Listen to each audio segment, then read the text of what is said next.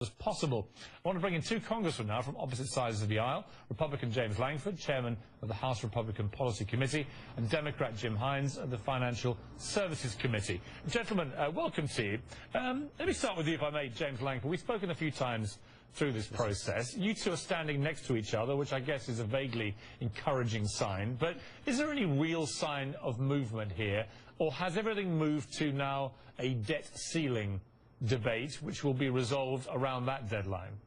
I think it's more likely now that we'll have some debt ceiling and some CR conversation. Obviously, we all wish this would have been resolved a week ago and get this done, or 2 weeks ago, so we'd never actually walk into it. The closer we get to the debt ceiling, the more likely it is to say, okay, let's do some of this together. Probably not long term, probably short term, to try to get some resolution and then continue to be able to negotiate and get things solved long term. But I'd like to be able to get America fully back to work again. Jim Hines, you were with the President tonight. The word is leaking out that he was putting on a vaguely conciliatory tone, saying, look, if it takes an extension of, say, 6 weeks to resolve the debt ceiling situation, and we can alleviate some of the problems through that period, then that may be the way to go, so the Republicans can save face and we can get the government going again. Is that your understanding of how it went?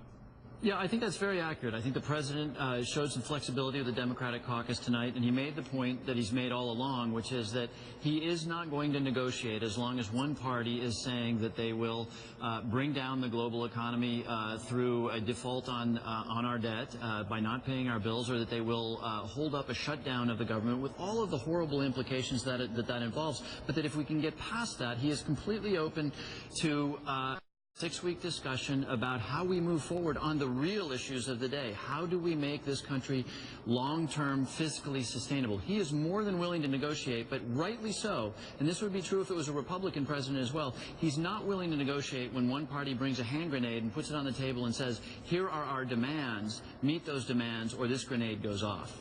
Tell me this, though, Jim Hines. I mean, you were with the President today. Did he at any stage mention this appalling situation involving the payments to dead servicemen and women? Because there were clear warnings put out. It was not a secret. There were Pentagon public briefings saying this was what was going to happen. How could the President feign ignorance about this? And how do you feel personally that these poor families have been treated in this way? No, look, there's absolutely no feigned ignorance about this at all. None of us are under any misapprehension about what a government shutdown means. And yes, it is a horrible situation for, as you point out, Lincoln, bringing us to the notion that we owe an immense debt of gratitude to those people who have given the ultimate sacrifice abroad. But it's not just them, right? I mean, it is Head Start families in my district who are now choosing between keeping their job or looking after their kids at home. The pain is massive around this country, and the President knows that as well as anybody else. As he pointed out tonight, he regularly writes to those who have lost limbs or lost lives abroad, and so he understands how very painful this situation is that we find ourselves in. Well, you may understand it, James Lankford, but, collectively, the Republicans and Democrats, by continuing the shutdown, have directly led to an appalling situation. One that I think most Americans find just completely indecent. The idea that you could lose your life on the battlefield fighting for your country, and your loved ones who are left behind are deprived of payments because of squabbling in Washington. I mean, it's frankly sickening, isn't it? Well, it's heart-wrenching when a loved one is lost either way. There's no way to be able to repay the debt America owes to all those families that have given their sons and daughters for the freedom of people around the world. But as we walk through this process 2 weeks ago, the House passed unanimously a resolution to be able to make sure that all of our military is paid and that we continue to move forward on that. The Senate took that up, passed unanimously, and the President signed it.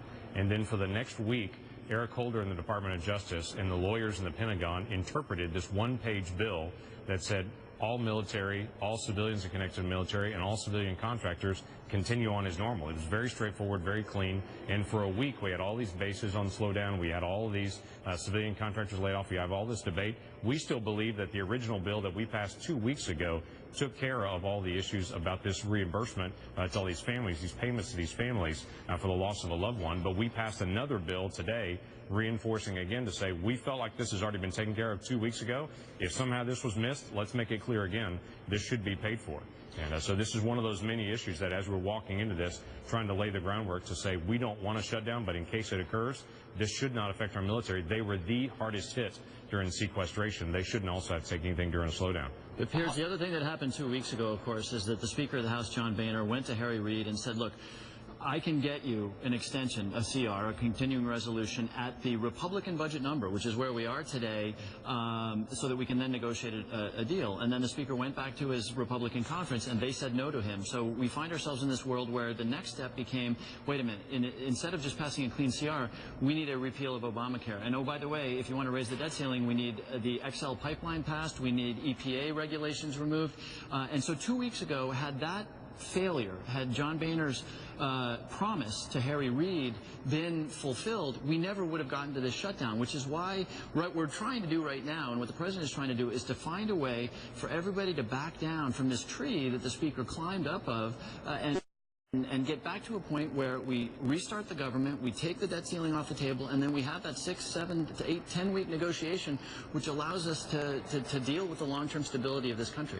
Okay, James Lankford, you're going to be with the President tomorrow with the Republican delegation. Clearly the President's made it crystal clear repeatedly that any amendments to Obamacare are not on the table. He will not have this held as some metaphorical gun to his head. Given that you know this before you go into that room tomorrow, what will the strategy be from the Republicans to get through this impasse that is now causing such havoc to so many Americans?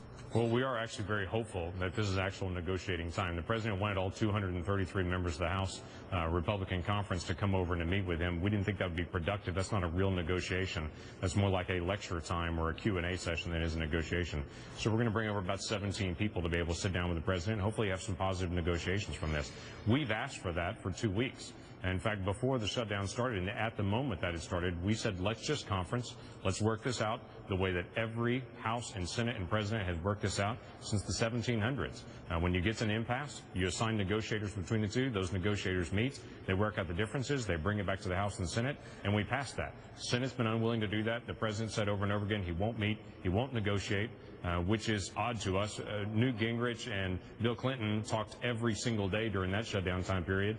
When Tip O'Neill closed down the government on Ronald Reagan, they spoke every single day during the shutdown time. They had 8 of them. We want to be able to sit down and actually negotiate that. Well, that's exactly what you'll be doing tomorrow, and hopefully we can talk to you again after you've spoken with the President tomorrow. That'd be fascinating. Thank you both very much indeed for joining me. Thank you, Piers. And now I want to turn to John Boehner's predecessor.